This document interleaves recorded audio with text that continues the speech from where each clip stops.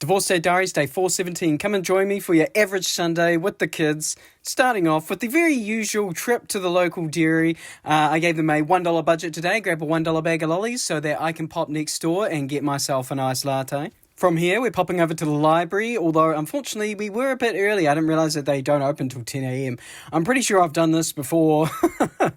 One day I'll remember they don't open till 10, but it's fine because there's like a park right behind it and there's a bunch of playgrounds just generally in the area, so we just went and popped over to a playground for 20 minutes. We needed to get books for my 7-year-old daughter and my 11-year-old son, so my 7-year-old picked this thick chapter book about a dinosaur, which is great because I've been buying her like small children's chapter books and she's been finishing them in like 2 nights. Hopefully this one lasts her a couple weeks. And then my oldest son, I figured he's old enough to read an important piece of literature. I searched on the library computers and found they had a graphic novel version of Animal Farm, so I'm sure you'll love that. From there, we popped over to the Dollarama, specifically to have a look at their squishies. The way my oldest daughter talks about it, you'd think there's some kind of viral sensation. I don't know if that's the case, but they're very cute regardless. So I told them to pick out one each. So my oldest daughter had been nagging me all week that there are squishies at Dollarama and we have to go to Dollarama and get squishies. And I just have to remind her that Lola, there are 4 children in this household. I can't just make a special trip to go to Dollarama just to get you a squishy. But I had a bit of a revelation this morning and I was like, whenever Lola gets squishies, everyone plays with them. So why don't I just take all the kids and they can all pick their own squishy? If you don't know what they are, it's almost like a stress ball, but it's got slime on the inside, so they're squishy. They're squishy. While I was there, I also picked up a fidget spinner because I always steal my oldest son's fidget spinners, and they had this 8.1 for about $3.50, so I'm sure I'll have a lot of fun with this on my work desk. After we got home, I ended up playing some Jumanji with the little ones. I pulled a card that said I had to sit under a table until someone rolled a 5 or an 8, and guess what numbers did not get rolled that game? I guess this is just my life now.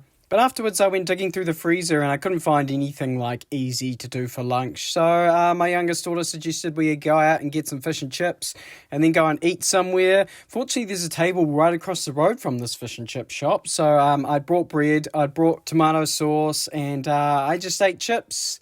Mostly me, while the kids just did laps around the nearby tree. It's great that they're still at an age that they can mostly be entertained by just a tree. And then after that, we popped down to the uniform shop. Well, that was the intention anyway. Good thing I googled whether they were open before I drove all the way into Christchurch, at which point I discovered there are actually multiple uniform shops in Christchurch and none of them are open on Sunday.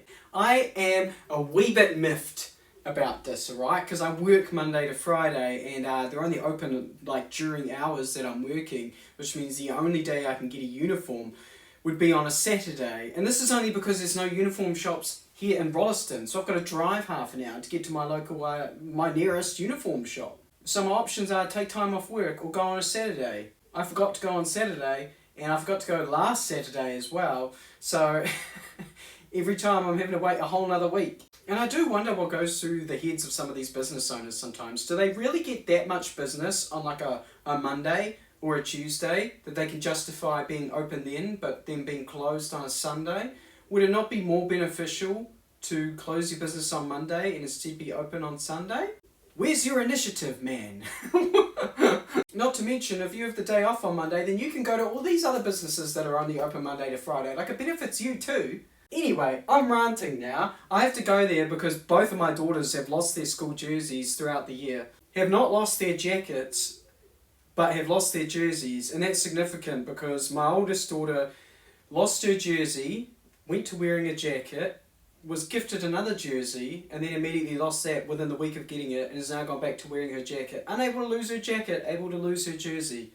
When I queried about the jersey, she said that she had taken it off and put it on her bag. Not in her bag, on her bag. And then when she went out later that day, it wasn't there. Kids. Children. And no, neither of them have turned up in the lost and found. It's been weeks, so I'm just assuming they're not going to turn up at this point. Anyway, rant over. We didn't do much for the afternoon after that point. For dinner tonight, I ended up making a pasta bake. I've gotten into doing that thing where you boil the jug and then pour the pre-boiled water into your pot to cook your pasta in. I've seen debates from people about which one uses more energy, and I'm like, I honestly don't really care. The jug is faster. I also put just a lot of salt in there. I was taught to make it like the Dead Sea, so that's how I like to do it. But naturally, after combining all the ingredients, it came together brilliantly. Pasta bake is so simple, and I will catch you on the flip side.